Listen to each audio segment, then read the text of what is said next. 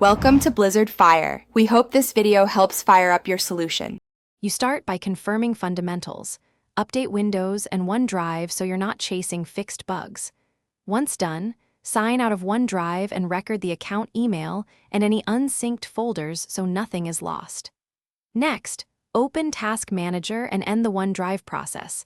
This prevents conflicts when you reset configuration. Do this now because a clean stop makes later steps deterministic and avoids partial sync states that cause error code 0x8004de44. Next, reset network and credential layers that commonly trigger 0x8004de44. First, flush DNS, and if on a captive or corporate network, release and renew the IP to remove stale routes. Then open Credential Manager and remove saved OneDrive or Microsoft tokens. This forces fresh authentication. After that, restart OneDrive from the local app data path to recreate its token cache. These actions address both connectivity and auth causes, so the client can re-establish a clean session. Finally, sign back into OneDrive and complete any multi-factor prompts. You're re-establishing a secure token now.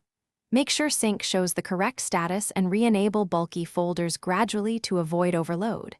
If the error persists, uninstall OneDrive, reboot, and reinstall to replace corrupted client files.